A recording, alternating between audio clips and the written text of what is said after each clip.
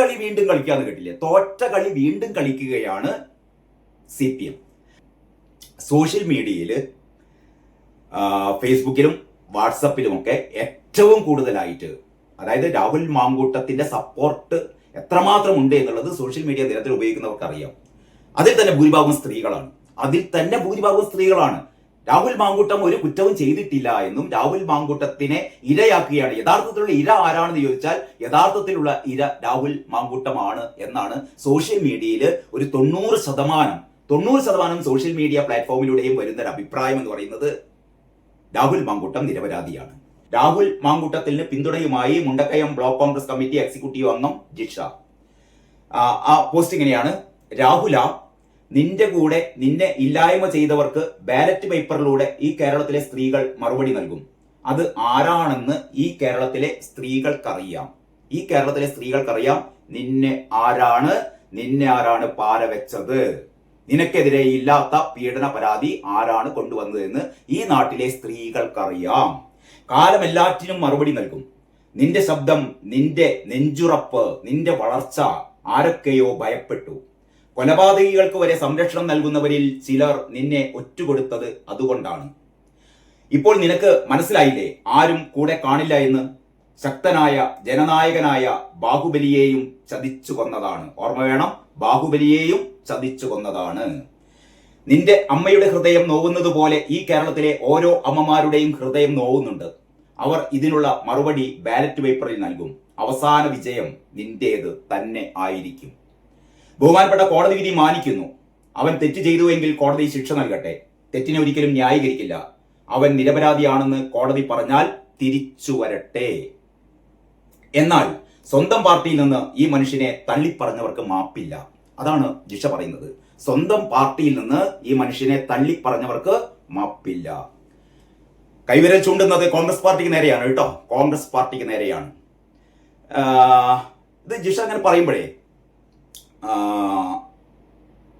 നമ്മൾ മനസ്സിലാക്കേണ്ട ഒരു കാര്യം, ഈ രണ്ടാമത്തെ പരാതി ഉണ്ടല്ലോ, അതായത് ഇപ്പോൾ സെഷൻസ് കോടതി മുൻകൂർ ജാമ്യം അനുവദിക്കാതിരുന്ന, അല്ലെങ്കിൽ നാളെ കോടതി വാദം കേട്ടിട്ട് ആ കാര്യം തീരുമാനിക്കും എന്നൊക്കെ പറഞ്ഞ ആ രണ്ടാമത്തെ പരാതി, ഈ രണ്ടാമത്തെ പരാതിക്കാരി ആരാണെന്ന് ഇതുവരെ തിരിച്ചറിഞ്ഞിട്ടില്ല.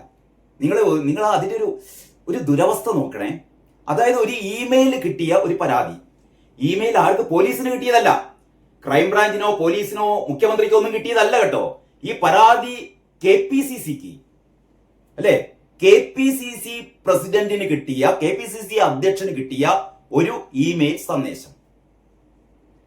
മാന്യത കൊണ്ട് CPM-മാരാണെങ്കിൽ അതൊരിക്കലും നമ്മൾ അറിയില്ല, ആരും അറിയില്ല. നൂറായിരം ഇത്തരത്തിലുള്ള പരാതികൾ CPM-ന് കിട്ടിക്കൊണ്ടിരിക്കുന്നുണ്ട്, കിട്ടിക്കൊണ്ടിരിക്കുന്നുണ്ട്. ഇതൊന്നും പുറംലോകം അറിയില്ല. ഇതാകെ അറിയാം ശ്രീമതിയും AK ബാലനും അറിയുള്ളൂ. ഇവർ മറ്റേ യന്ത്രം കൊണ്ടുവരും, തീവ്രത കുറഞ്ഞ പീഡനമാണ് എന്ന് വിധി എഴുതുകയും എല്ലാ കേസും തള്ളിപ്പോവുകയും ചെയ്യും. അതാണ് സാധാരണ ഈ CPM-ൽ സംഭവിക്കുക. പക്ഷേ ഈ സണ്ണി ജോസഫ് എന്ന് പറയുന്ന KPCC-യുടെ അധ്യക്ഷൻ, അദ്ദേഹം ഒരു മാന്യനായതുകൊണ്ട് ഈ പരാതി നേരെ ക്രൈംബ്രാഞ്ചിൽ കൊടുത്തു. യഥാർത്ഥത്തിൽ ഇപ്പൊ പരാതിക്കാരൻ ആരാണ്? പരാതിക്കാരൻ KPCC-യാണ് പരാതിക്കാരൻ. അതാണ് ഇപ്പൊ ക്രൈംബ്രാഞ്ചിന് കൊടുത്തത്. ഈ ക്രൈംബ്രാഞ്ച് സംഘം ഈ അന്വേഷിക്കാൻ തുടങ്ങിയിട്ട് ഈ കുട്ടി ആരാണ്? ഈ സ്ത്രീ ആരാണ്? ഈ 2023-ലാണ്. 2023-ൽ വിവാഹം ആലോചിച്ചുറപ്പിച്ച ഒരു പെൺകുട്ടി, അല്ലെങ്കിൽ വിവാഹം കഴിക്കാൻ താല്പര്യപ്പെടുന്ന ഒരു പെൺകുട്ടി റിസോർട്ടിലേക്ക് പോവുകയാണ്. നമ്മുടെ നാട്ടില് വിവാഹിതരാവാൻ വേണ്ടിയിട്ട്, പരിചയപ്പെടാൻ വേണ്ടിയിട്ട്, പുറത്ത് പരിചയപ്പെടാനൊക്കെ വേണ്ടിയിട്ട് പലപ്പോഴും അങ്ങനെയൊക്കെയാണ് പുതിയ കാലത്ത് പെൺകുട്ടികളും ആൺകുട്ടികളൊക്കെ വിവാഹത്തിന് മുമ്പ് തന്നെ ഇവര് പരസ്പരം സംസാരിക്കുന്നതൊക്കെ ഏതെങ്കിലും റെസ്റ്റോറന്റിൽ വെച്ചിട്ട്, അല്ലെ, ഏതെങ്കിലും മാളില് അവിടെ വെച്ചിട്ടായിരിക്കും ഇവർ കാണുക, സംസാരിക്കുക. പലപ്പോഴും കുടുംബാംഗങ്ങളും ഒപ്പം ഉണ്ടാവും. അങ്ങനെയൊക്കെയാണ് സാധാരണ സംഭവിക്കുക. ഇതല്ല, ഇത് പെൺകുട്ടി മറ്റൊരാൾ ഈ പെൺകുട്ടിയെയും കൂട്ടിയിട്ട് റിസോർട്ടിലേക്ക് പോവുകയാണ്. ഒരു റിസോർട്ടിൽ കൊണ്ടുപോയിട്ട് അവിടെ വെച്ചിട്ടാണ് ഇത്ര ബലാത്സംഗം ചെയ്തത്. അപ്പോൾ രാഹുൽ മാങ്കൂട്ടത്തിൽ ഈ മുൻകൂർ ജാമ്യാപേക്ഷയിൽ പറയുന്നത് ഈ പെൺകുട്ടി ആരാണെന്ന് അറിയില്ല, പെൺകുട്ടിയുടെ പേരറിയില്ല, പെൺകുട്ടി ആരാണെന്ന് അറിയില്ല, ഇതാണോ പെണ്ണോ എന്ന് പോലും അറിയില്ല എന്നാണ് പറയുന്നത്. ഈ പരാതിക്കാരി ആണാണോ പെണ്ണാണോ എന്ന് പോലും അറിയില്ല. ഇതിന്റെ മൊഴി എടുത്തിട്ടില്ല. അതായത് ഈ പരാതിക്കാരി ആരാണെന്ന് അറിയാതെ മൊഴി എടുക്കില്ലല്ലോ. അങ്ങനെ മൊഴി പോലും എടുക്കാത്ത ഒരു പരാതിയുടെ അടിസ്ഥാനത്തിലാണ് ഇപ്പൊ കോടതി മുൻകൂർ ജാമ്യാപേക്ഷ നാളെ പരിഗണിക്കാനിരിക്കുന്നു കേട്ടോ. അപ്പോൾ ഈ രണ്ടാമത്തെ പരാതി എങ്ങനെ വന്നതെന്ന് വെച്ചാൽ ആദ്യത്തെ പരാതിക്ക് ഒരു സ്ട്രോങ് പോരാ എന്ന് തോന്നിയപ്പോഴാണ്. കാരണം പൊട്ടിപ്പോയല്ലോ. കാരണം മുൻകൂർ ജാമ്യാപേക്ഷയിൽ തന്നെ ബലാത്സംഗം നടന്നിട്ടില്ല എന്ന് കോടതി തന്നെ ഏതാണ്ട് ഒരു പ്രാഥമികമായ ഒരു നിഗമനത്തിലെത്തി. ബലാത്സംഗം നടന്നിട്ടില്ല. പിന്നെ ചെറിയൊരു സംശയമുള്ളത് ഈ ഗർഭചിത്രത്തിന്റെ കാര്യത്തിൽ മാത്രമാണ്. പിന്നെ ഈ എം എൽ എ ആയതുകൊണ്ട് ഒരു സ്വാധീനത്തിനൊക്കെ സാധ്യതയുണ്ട് എന്നൊക്കെ പറഞ്ഞിട്ടാണ് ഇത് മുൻകൂർ ജാമ്യാപേക്ഷ സെഷൻസ് കോടതി എന്ത് ചെയ്തത്, ഇത് തള്ളിയത്. അപ്പൊ അതിന്റെ പിന്നാലെയാണ് ഈ രണ്ടാമതൊരു പരാതിക്കാരിയെ കൂടി രംഗത്തിറക്കിയത്. അപ്പൊ ഇതൊക്കെ ഞാൻ നേരത്തെ പറഞ്ഞ പോലെ ഒരു തിരക്കഥയുടെ അടിസ്ഥാനത്തിലാണ്. അപ്പൊ ഈ കോൺഗ്രസ്സുകാരി, അതായത് ജിഷ എന്ന് പറയുന്ന ഈ ബ്ലോക്ക് കമ്മിറ്റി മുണ്ടക്കയത്തെ എക്സിക്യൂട്ടീവ് മെമ്പർ പറയുന്നത്, എന്നാൽ സ്വന്തം പാർട്ടിയിൽ നിന്ന് ഈ മനുഷ്യനെ തള്ളിപ്പറഞ്ഞവർക്ക് മാപ്പില്ല. ആരൊക്കെയാണ് തള്ളിപ്പറഞ്ഞത്? രമേശ് ചെന്നിത്തല തള്ളിപ്പറഞ്ഞു, വി ഡി സതീശൻ തള്ളിപ്പറഞ്ഞു, കെ മുരളീധരൻ തള്ളിപ്പറഞ്ഞു. അങ്ങനെ സീനിയറായ നേതാക്കന്മാർ പലരും തള്ളിപ്പറഞ്ഞു. അപ്പൊ ഇതിനൊക്കെ ഒരു പ്രത്യേകിച്ച് ചില കാരണങ്ങളുണ്ടാവാം. തങ്ങൾക്ക് മുകളിൽ വളർന്ന വൃക്ഷത്തെ അടിയോടെ അല്ലെങ്കിൽ വേരോടെ പിഴുതു മാറ്റുക എന്നുള്ളത് ചില കോൺഗ്രസ്സുകാരുടെ താല്പര്യങ്ങളായിരിക്കാം. അപ്പൊ അതൊരു ഭാഗത്ത് നിന്ന് നടക്കട്ടെ. ഞാനിവിടെ പറഞ്ഞു തുടങ്ങിയത് എന്താന്ന് വെച്ചാൽ, സാധാരണ CPM സംബന്ധിച്ചിടത്തോളം ഏത് തിരഞ്ഞെടുപ്പും ജയിക്കാൻ ഇവർക്കൊരു പെണ്ണ് കേസ് വേണം. ആ പെണ്ണ് കേസ് പൊട്ടിപ്പോയി എന്ന് മനസ്സിലാക്കിയിട്ടും വേണ്ടത്ര ഒരു ആവേശം, ആകെ റിപ്പോർട്ടർ TVയും ന്യൂസ് മലയാളം ചാനലും ഒക്കെ ഇങ്ങനെ തുള്ളുക എന്നുള്ളതിൽ കവിഞ്ഞ് ഇത് പ്രത്യേകിച്ച് ഒരു ഇമ്പാക്റ്റ് പൊതുസമൂഹത്തിൽ ഉണ്ടാക്കിയില്ല എന്നുള്ളത് വാസ്തവമാണ്. ഞാൻ ഏറ്റവും പ്രധാനപ്പെട്ട ഒരു കാര്യം പറയട്ടെ. അതായത് നമ്മുടെ പൊതുസമൂഹം പണ്ടൊക്കെ പത്രങ്ങളെ ഏറ്റവും വിശ്വാസത്തിൽ എടുത്തുകൊണ്ട് ഓരോ ദിവസവും രാവിലെ പത്രങ്ങൾ വരുന്നത് കാത്തിരിക്കുന്ന ജനങ്ങളെ നമ്മൾ കാണുമായിരുന്നു. പത്രം വന്നു കഴിഞ്ഞാൽ അതെടുത്ത് വായിക്കുന്ന ആൾക്കാരെ നമ്മൾ കാണുമായിരുന്നു. ഞാനൊരു 10-15 കൊല്ലം മുമ്പുള്ള നമ്മുടെ ഒരു മലയാളികളുടെ അവസ്ഥയാണ്. രാവിലെ പത്രം വന്നു കഴിഞ്ഞാലേ ഇവർക്ക് ഒരു ദിവസം ആണ്ട് തുടങ്ങിയുള്ളൂ. ഇന്ന് കഥ മാറി. ഇന്ന് മിക്കവാറും വീടുകളിൽ പത്രം വാങ്ങുന്ന വീടുകളിൽ തന്നെ പത്രം അവിടെ വന്ന് കിടക്കും. പത്രം ഒരു വായിക്കുക, എപ്പോഴെങ്കിലും സമയം കിട്ടുന്ന സമയത്ത് ഒന്ന് മറച്ചു നോക്കുക എന്നുള്ളതല്ലാതെ ആ രീതിയിലുള്ള പത്രവായനയില്ല. അപ്പൊ പത്രത്തിനകത്ത് എന്തുണ്ടെങ്കിലും സീരിയസ് ആയി ഇന്ന് ആരും ഇത് വായിക്കുന്നില്ല. നിങ്ങൾക്ക് എല്ലാവർക്കും അറിയാം. നിങ്ങളുടെ വീട്ടിൽ, നിങ്ങളുടെ അടുത്ത വീട്ടിൽ, നിങ്ങളുടെ സുഹൃത്തുക്കളുടെ വീട്ടിൽ ഒക്കെ ചോദിച്ചു നോക്കുക. മിക്കവാറും പത്രം നിർത്തി. അതല്ലാത്ത ആൾക്കാർ പത്രം വീട്ടിൽ അവിടെ കൊണ്ടിടുന്നുണ്ടാവും. ആരും അത് പല വീടുകളിൽ ഇത് കൈകൊണ്ട് പോലും തൊട്ട് നോക്കുന്നില്ല എന്നാണ് പറയുന്നത്. കൈകൊണ്ട് തൊട്ട് നോക്കുന്നില്ല. കാരണം വാർത്തകളൊക്കെ തലേ ദിവസം തന്നെ അറിയുന്നല്ലോ. വാർത്തകളുടെ വിശകലനങ്ങളും ഒക്കെ തലേ ദിവസം തന്നെ TV ചാനലുകളിൽ കൂടെയൊക്കെ അറിയുന്നതാണ്, അല്ലെങ്കിൽ പല രീതിയിലും അറിയുന്നതാണ്. പത്രം മാത്രമല്ലല്ലോ വാർത്തകൾ അറിയാനുള്ള സംവിധാനം. പിന്നെ മറ്റൊന്ന് TV ചാനലുകളാണ്. കഴിഞ്ഞ ഒരു 5-6 വർഷങ്ങളായിട്ട് TV നമുക്കൊക്കെ അറിയാലോ. പണ്ട് നമ്മുടെ ഒരു വീട്ടിൽ സ്വീകരണ മുറിയിൽ ഒരു TV ഉണ്ടെങ്കിൽ അതിന്റെ മുന്നിലാണ് കുടുംബാംഗങ്ങൾ ഒന്നിച്ചിരുന്നിട്ട് TV കാണും. ഇന്ന് പല വീടുകളിലും TV ഓൺ ചെയ്യാറ് പോലും ഇല്ല. കാരണം എല്ലാവരുടെ കയ്യിലും മൊബൈലുണ്ട്. അവർ ആ മൊബൈലിൽ അവർക്ക് ഇഷ്ടമുള്ള ചാനലുകൾ കാണുന്നു, അവർക്ക് ഇഷ്ടമുള്ള സോഷ്യൽ മീഡിയ പ്ലാറ്റ്ഫോമിലൂടെ പോകുന്നു. അപ്പം ഇതില് ഏറ്റവും കൃത്യമായി ജനങ്ങൾ, സ്ത്രീകൾ ഉൾപ്പെടെ ഏറ്റവും കൂടുതൽ സ്ത്രീകൾ മൊബൈൽ ഫോണുകൾ ഉപയോഗിക്കുന്നവരാണ്. അവർക്ക് ഏറ്റവും കൂടുതൽ സമയത്ത്, അതായത് മറ്റു ജോലികളൊന്നും ഇല്ലാതെ വീട്ടു ജോലികളുമായി മുന്നോട്ട് പോകുന്ന, പണ്ടൊക്കെ നമ്മൾ വീട്ടമ്മമാർ എന്ന് പറയപ്പെടുന്ന ആ ഗണത്തിൽപ്പെട്ട സ്ത്രീകൾ കൂടി ഏറ്റവും കൂടുതൽ അവർ ഉപയോഗിക്കുന്നത് മൊബൈൽ ഫോണാണ്. മൊബൈൽ ഫോണിലൂടെ സോഷ്യൽ മീഡിയ, വിവിധങ്ങളായ സോഷ്യൽ മീഡിയ പ്ലാറ്റ്ഫോമുകളിലൂടെ അവർ കയറിയിറങ്ങുന്നു എന്ന് ഞാൻ പറഞ്ഞുകൊണ്ടുവരുന്നത്, സോഷ്യൽ മീഡിയയിൽ രാഹുൽ മാങ്കൂട്ടം നിരപരാധിയാണ്. രാഹുൽ മാങ്കൂട്ടം ഒരു കുറ്റവും ചെയ്തിട്ടില്ല. യഥാർത്ഥത്തിൽ ഇര ആരാണ്? ഇര രാഹുൽ മാങ്കൂട്ടമാണ് ഇര എന്നുള്ള രീതിയിലാണ് സോഷ്യൽ മീഡിയ രാഹുൽ മാങ്കൂട്ടത്തെ അവതരിപ്പിക്കുന്നത്. അപ്പൊ ഈ വരുന്ന തിരഞ്ഞെടുപ്പിൽ CPM എന്തൊക്കെ തലകുത്തി മറിഞ്ഞാലും, CPM ഈ സ്ത്രീപീഡകരാണെന്നൊക്കെ പറഞ്ഞാലും, പൊതുസമൂഹം രാഹുൽ മാങ്കൂട്ടത്തെ ഒരു സ്ത്രീ പീഡകനായി കണക്കാക്കുന്നില്ല. അന്തംഗമ്മികളായ ആൾക്കാരും കോൺഗ്രസിലെ ഒരു ചെറിയ വിഭാഗം ആൾക്കാർ അവര് മാത്രമേ രാഹുൽ മാങ്കൂട്ടത്തിന് നേരെ കൈവിരൽ ചൂണ്ടുന്നുള്ളൂ. ബാക്കി പൊതുസമൂഹം, കോൺഗ്രസിലെ ബഹുഭൂരിപക്ഷം ആൾക്കാർ, പ്രത്യേകിച്ച് യുവാക്കളും യുവതികളും ഉൾക്കൊള്ളുന്ന കോൺഗ്രസിലെ ഏറ്റവും വലിയ ഒരു 90% കോൺഗ്രസ്സുകാര്, പൊതുസമൂഹത്തിലെ ബാക്കി നിഷ്പക്ഷരായ ആൾക്കാർ, അവരെല്ലാവരും രാഹുൽ മാങ്കൂട്ടം ഒരു കുറ്റവും ചെയ്തിട്ടില്ല എന്ന് തന്നെ വിശ്വസിക്കുന്നു. അപ്പോഴും CPMന്